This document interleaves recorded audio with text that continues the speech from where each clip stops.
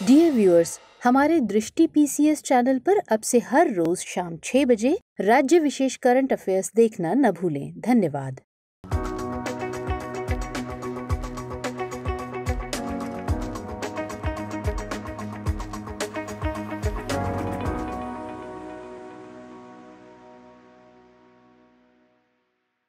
नमस्कार, दृष्टि आईएएस के टुडेज जी के प्रोग्राम में आपका स्वागत है। शुरुआत करते हैं पिछले सेशन के रिकैप से। पहला प्रश्न था, निम्नलिखित कथनों पर विचार कीजिए। 1. इनोवेशन फॉर यू का दूसरा संस्करण कृषि पर केंद्रित नवाचारों का एक संग्रह है।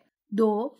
द इंजीनियर्स टिंकरर्स प्रौद्योगिकी से संबंधित नवाचारों का संग्रह है, जिसमें भारत की अटल टिंकरिंग लैब यानी ATL के 41 नवाचार शामिल हैं। उपर्युक्त कथनों में से कौन सा यहाँ से सही है या फिर है? इसका सही जवाब था 1 और 2 दोनों। अगला प्रश्न था, सकारात्मक स्वदेशीकरण सूची यानी पॉजिटिव इंडिजनाइजेशन लिस्ट के संबंध में निम्नलिखित कथनों पर विचार कीजिए। 1. यह रक्षा अधिग्रहण प्रक्रिया 2020 का हिस्सा है। 2. किसी उत्पाद को इस सूची में शामिल होने के लिए न केवल DRDO द्वारा विकसित प्रौद्योगिकियों का उपयोग करना, बल्कि 50% स्वदेशी सामग्री का प्रयोग भी अनिवार्य है। उपर्युक्त कथनों में से कौन सा यहाँ से सही नहीं है या फिर है? इसका सही जवाब था ना तो 1 और ना ही 2। अगला प्रश्न था, क्वांटम प्रौद्योगिकी के संबंध में निम्नलिखित कथनों पर विचार कीजिए। 1. पारंपरिक कंप्यूटरों की तरह क्वांटम कंप्यूटर सूचनाओं को बिट्स या 1 और 0 में प्रोसेस करते हैं। 2. क्वांटम कंप्यूटर क्वांटम यांत्रिकी यानी क्वांटम मैकेनिक्स के सिद्धांतों के आधार पर कार्य करते हैं। उपर्युक्त कथनों में से कौन सा यहाँ से सही है या फिर है? इसका सही जवाब था केवल 2। अगला प्रश्न था, शक्ति आपराधिक कानून महाराष्ट्र संशोधन अधिनियम के संबंध में निम्नलिखित कथनों पर विचार कीजिए। 1. महाराष्ट्र बलात्कार और सामूहिक बलात्कार के जघन्य अपराधों के लिए मौत की सजा का प्रावधान करने वाला उत्तर प्रदेश और तेलंगाना के बाद भारत का तीसरा राज्य बन गया है। 2. बलात्कार के मामले में मौजूद पहले के कानून में केवल पुनरावृत्ति वाले आपराधिक मामलों में मौत की सजा का प्रावधान था। उपर्युक्त कथनों में से कौन सा यहाँ से सही है या फिर है? इसका सही जवाब था केवल 2। अगला प्रश्न था, Atal ranking of institutions on innovation achievement यानी ARIIA के संबंध में निम्नलिखित कथनों पर विचार कीजिए। 1. यह भारत में प्रमुख उच्च शिक्षा संस्थानों को रैंक प्रदान करने के लिए शिक्षा मंत्रालय की एक पहल है। 2. इसके तहत पेटेंट पंजीकृत छात्रों की संख्या, फैकल्टी और स्टार्टअप जैसे मापदंडों पर संस्थानों का मूल्यांकन किया जाता है। उपर्युक्त कथनों में से कौन सा यहाँ से सही है या फिर है? इसका सही जवाब था 1 और 2 दोनों। अगला प्रश्न था, PM किसान योजना के संदर्भ में निम्नलिखित कथनों पर विचार कीजिए। 1. इस योजना के तहत पात्र किसान परिवारों को 2 समान किस्तों में प्रति वर्ष 6,000 रुपए का वित्तीय लाभ या आय सहायता प्रदान की जाती है। 2. इस योजना के लिए परिवार की परिभाषा में ससुर, सास, पति, पत्नी और नाबालिग बच्चे शामिल हैं। उपर्युक्त कथनों में से कौन सा यहाँ से सही है या फिर है? इसका सही जवाब था ना तो 1 और ना ही 2। अगला प्रश्न था, राष्ट्रीय अल्पसंख्यक आयोग के संबंध में निम्नलिखित कथनों पर विचार कीजिए। 1. इसकी स्थापना की परिकल्पना पहली बार वर्ष 1993 में की गई थी। 2. राष्ट्रीय अल्पसंख्यक आयोग में कुल 7 सदस्य होते हैं। उपर्युक्त कथनों में से कौन सा यहाँ से सही है या फिर है? इसका सही जवाब था केवल 2।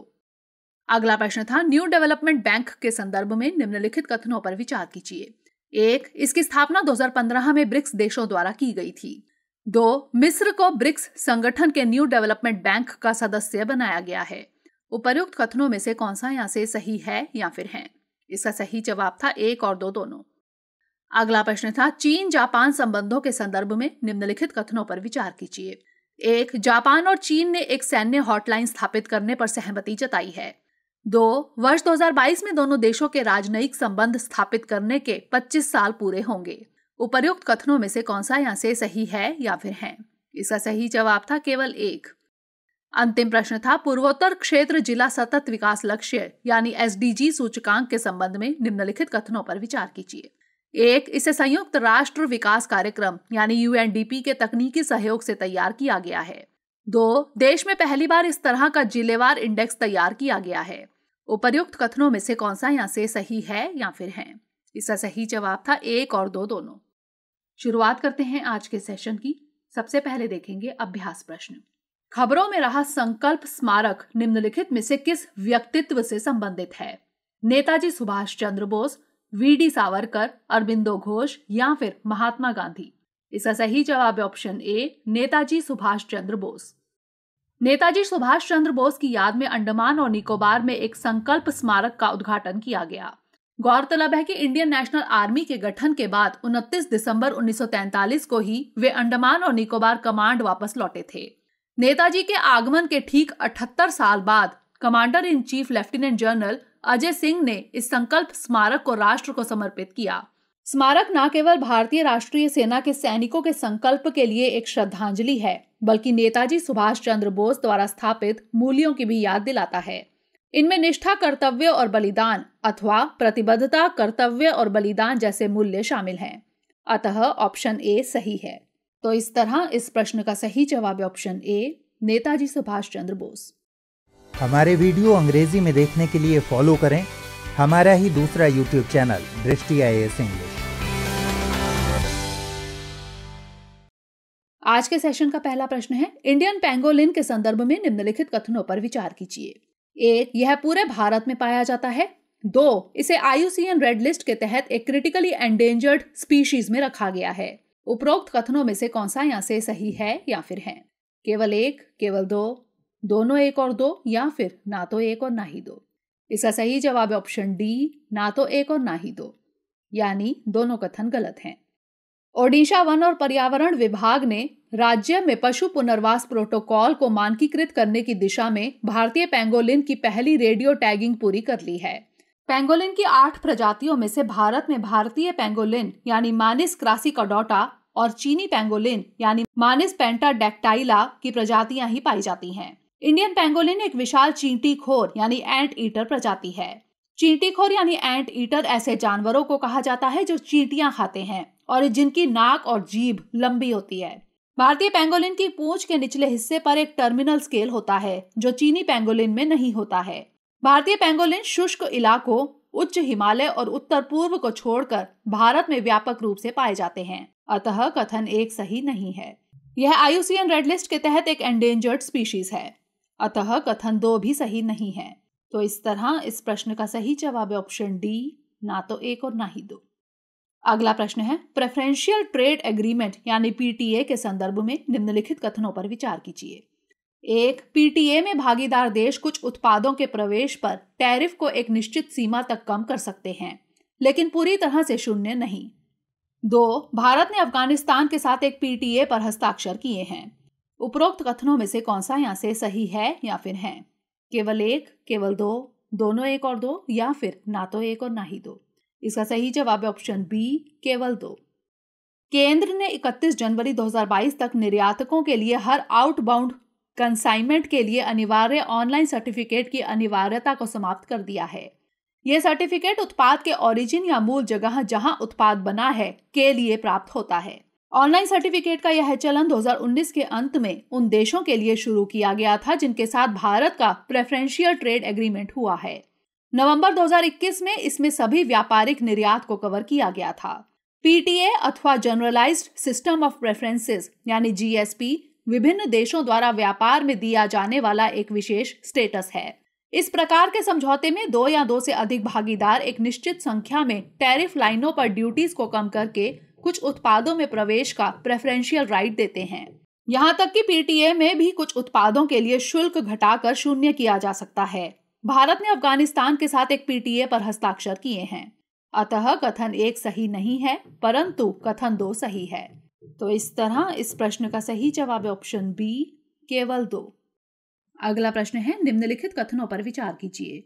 1. इनएक्टिवेटेड वैक्सीन्स में रोगाणु के कमजोर अथवा क्षीण रूप का उपयोग करते हैं जो एक बीमारी का कारण बनता है। 2. इनका उपयोग हेपेटाइटिस A, फ्लू, पोलियो और रेबीज जैसी बीमारियों से बचाने के लिए किया जाता है। उपरोक्त में से कौन सा यहाँ से कथन सही है या फिर है? केवल 1, केवल 2, दोनों 1 और 2 या फिर ना तो 1 और ना ही 2? इसका सही जवाब है ऑप्शन बी, केवल 2। इनएक्टिवेटेड वैक्सीन्स में रोगाणु के मरे हुए रूप का उपयोग करते हैं जो एक बीमारी का कारण बनता है। अतः कथन 1 सही नहीं है। इस प्रकार के टीके एक रोगजनक यानी पैथोजन को निष्क्रिय करके बनाए जाते हैं। इसके लिए आमतौर पर गर्मी अथवा फार्मेल्डिहाइड या फार्मेलिन जैसे रसायनों का उपयोग किया जाता है। ये टीके लाइव वैक्सीन की तरह मजबूत इम्यूनिटी प्रदान नहीं करते हैं। इनका उपयोग हेपेटाइटिस ए, फ्लू, पोलियो और रेबीज जैसी बीमारियों से बचाने के लिए किया जाता है। अतः कथन 2 सही है। तो इस तरह इस प्रश्न का सही जवाब है ऑप्शन बी, केवल 2। अगला प्रश्न है, निम्नलिखित कथनों पर विचार कीजिए। 1. इसे 13वीं शताब्दी में राजा नरसिंह देव प्रथम ने बनवाया था। 2. यह यूनेस्को का विश्व धरोहर स्थल है। 3. इसे ब्लैक पगोडा भी कहा जाता है। उपरोक्त कथन भारत में निम्नलिखित में से किस मंदिर से संबंधित है? कोणार्क सूर्य मंदिर, जगन्नाथ मंदिर, तारा तारिणी मंदिर या फिर लिंगराज मंदिर? इसका सही जवाब है ऑप्शन ए, कोणार्क सूर्य मंदिर।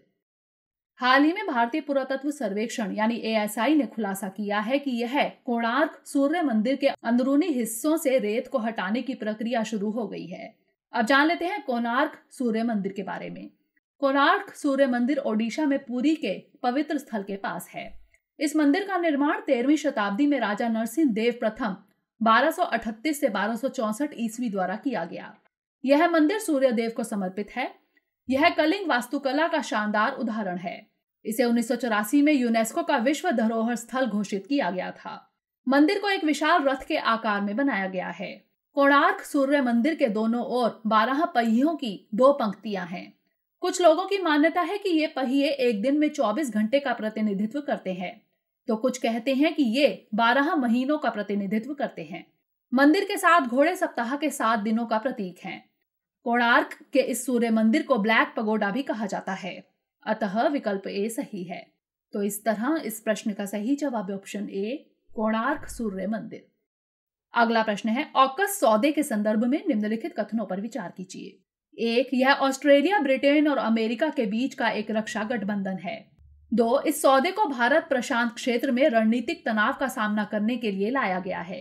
3. इसके तहत ऑस्ट्रेलिया को परमाणु ऊर्जा संचालित पनडुब्बियां मिलेंगी। उपरोक्त में से कौन से कथन सही हैं? केवल 1 और 3, केवल 1 और 2, केवल 2 और 3 या फिर 1, 2 और 3? इसका सही जवाब है ऑप्शन डी, 1, 2 और 3, यानी सभी कथन सही हैं। सितंबर 2021 में अमेरिका ने ऑस्ट्रेलिया, ब्रिटेन और अमेरिका यानी ऑकस के बीच इंडो पैसिफिक के लिए एक नई त्रिपक्षीय सुरक्षा साझेदारी की घोषणा की थी। अतः कथन 1 सही है। बीते दिनों प्रशांत क्षेत्र में चीन अमेरिका प्रतिद्वंदिता बढ़ रही है। ऐसे में सामरिक तनाव का सामना करने के लिए तीनों देशों ने ऑकस नामक रक्षा गठबंधन का गठन किया था। अतः कथन 2 सही है। ऑकस सौदे के तहत ऑस्ट्रेलिया को 8 अत्याधुनिक परमाणु संचालित लेकिन पारंपरिक रूप से सशस्त्र पनडुब्बियां मिलेंगी। अतः कथन 3 सही है। तो इस तरह इस प्रश्न का सही जवाब है ऑप्शन डी, 1, 2 और 3। अगला प्रश्न है, जीएसटी परिषद के संबंध में निम्नलिखित कथनों पर विचार कीजिए। 1. यह एक संवैधानिक निकाय है। 2. वित्त मंत्री जीएसटी परिषद के पदेन सचिव होते हैं। उपरोक्त कथनों में से कौन सा यहाँ से सही है या फिर है? केवल 1, केवल 2, दोनों 1 और 2 या फिर ना तो 1 और ना ही 2? इसका सही जवाब है ऑप्शन ए, केवल 1। आज जीएसटी परिषद की बैठक आयोजित की गई। इस बैठक के एजेंडे में से एक रेट रैशनलाइजेशन पर राज्य मंत्रियों के पैनल की रिपोर्ट पर चर्चा करना है। अब जान लेते हैं जीएसटी परिषद के बारे में। अनुच्छेद 279A के लागू होने के 60 दिनों के भीतर राष्ट्रपति द्वारा जीएसटी परिषद का गठन किया जाता है। संविधान में नया अनुच्छेद 279A जोड़कर जीएसटी परिषद के गठन का प्रावधान किया गया था। अतः कथन 1 सही है। इसके तहत 12 सितंबर 2016 को जीएसटी परिषद के गठन की अधिसूचना जारी की गई थी। अनुच्छेद 279A के अनुसार जीएसटी परिषद में निम्नलिखित सदस्य होते हैं: केंद्रीय वित्त मंत्री अध्यक्ष, इसलिए कथन 2 सही नहीं है। केंद्रीय राज्य मंत्री in charge of revenue of finance सदस्य, वित्त या कराधान का प्रभारी मंत्री अथवा प्रत्येक राज्य सरकार द्वारा नामित कोई अन्य मंत्री सदस्य। तो इस तरह इस प्रश्न का सही जवाब है ऑप्शन ए, केवल 1। अगला प्रश्न है, साहित्य अकादमी अवार्ड से संबंधित निम्नलिखित कथनों पर विचार कीजिए। 1. साहित्य अकादमी की स्थापना भारत सरकार द्वारा 12 मार्च 1964 को की गई थी। 2. भारतीय संविधान ने 22 भाषाओं को मान्यता दी है, लेकिन ये संस्था अंग्रेजी एवं राजस्थानी को भाषा मानकर उन्हें भी अपने कार्यक्रम में शामिल करती है। उपरोक्त में से कौन सा यहाँ से कथन सत्य है या फिर है? केवल 1, केवल 2, 1 और 2 दोनों या फिर ना तो 1 और ना ही 2? इसका सही जवाब है ऑप्शन बी, केवल 2। आज साहित्य अकादमी ने 20 भाषाओं में अपने वार्षिक अवार्ड घोषित किए हैं। साहित्य अकादमी की स्थापना भारत सरकार द्वारा 12 मार्च 1954 को की गई थी, अतः कथन एक सत्य नहीं है। ये 7 जनवरी 1956 को सोसाइटीज रजिस्ट्रेशन एक्ट 1860 के तहत एक सोसाइटी के रूप में पंजीकृत हुई। यह 24 भाषाओं में साहित्यिक कार्यों के लिए वार्षिक पुरस्कार घोषित करती है। इतने ही पुरस्कार साहित्यिक अनुवाद के लिए भी दिए जाते हैं। यह भाषा सम्मान नाम से अन्य अवार्ड भी देती है, जो शास्त्रीय एवं मध्यकालीन भाषाओं में योगदान के लिए दिया जाता है। भारतीय संविधान ने 22 भाषाओं को मान्यता दी है, लेकिन ये संस्था अंग्रेजी एवं राजस्थानी को भी भाषा मानकर उन्हें भी अपने कार्यक्रम में शामिल करती है, अतः कथन 2 सत्य है। तो इस तरह इस प्रश्न का सही जवाब ऑप्शन बी, केवल 2। अगला प्रश्न है, जल जीवन मिशन के संदर्भ में निम्नलिखित कथनों पर विचार कीजिए। 1. इसका उद्देश्य 2022 से पहले प्रत्येक घर को नल द्वारा साफ और पर्याप्त पेयजल उपलब्ध कराना है। 2. यह मिशन जल के लिए राज्य के दृष्टिकोण पर आधारित होगा। उपरोक्त में से कौन सा यहाँ से कथन सत्य है या फिर है? केवल 1, केवल 2, 1 और 2 दोनों, या फिर ना तो 1 और ना ही 2? इसका सही जवाब है ऑप्शन डी, ना तो 1 और ना ही 2, यानी दोनों कथन गलत हैं। भारत सरकार ने उत्तराखंड में जल जीवन मिशन के कार्यान्वयन में तेजी लाने के लिए 360 करोड़ 95 हजार रुपए की दूसरी किश्त जारी की है। जान लेते हैं जल जीवन मिशन के बारे में। इसका उद्देश्य 2024 से पहले ग्रामीण इलाकों में प्रत्येक घर को नल द्वारा साफ और पर्याप्त पेयजल उपलब्ध कराना है, अतः कथन 1 सत्य नहीं है। यह प्रोग्राम कुछ अनिवार्य तत्वों को भी शामिल करेगा, जैसे अशुद्ध जल का प्रबंधन और इसका पुनः उपयोग, जल संरक्षण और रेन वाटर हार्वेस्टिंग। जल जीवन मिशन पानी के लिए एक सामुदायिक दृष्टिकोण पर आधारित होगा और इसमें मिशन के प्रमुख घटक के रूप में व्यापक सूचना, शिक्षा और संचार शामिल होगा, अतः कथन 2 सही नहीं है। यह कार्यक्रम जल के लिए एक जन आंदोलन तैयार करना चाहता है ताकि जल सभी की प्राथमिकता बन जाए। तो इस तरह इस प्रश्न का सही जवाब है ऑप्शन डी, ना तो 1 और ना ही 2।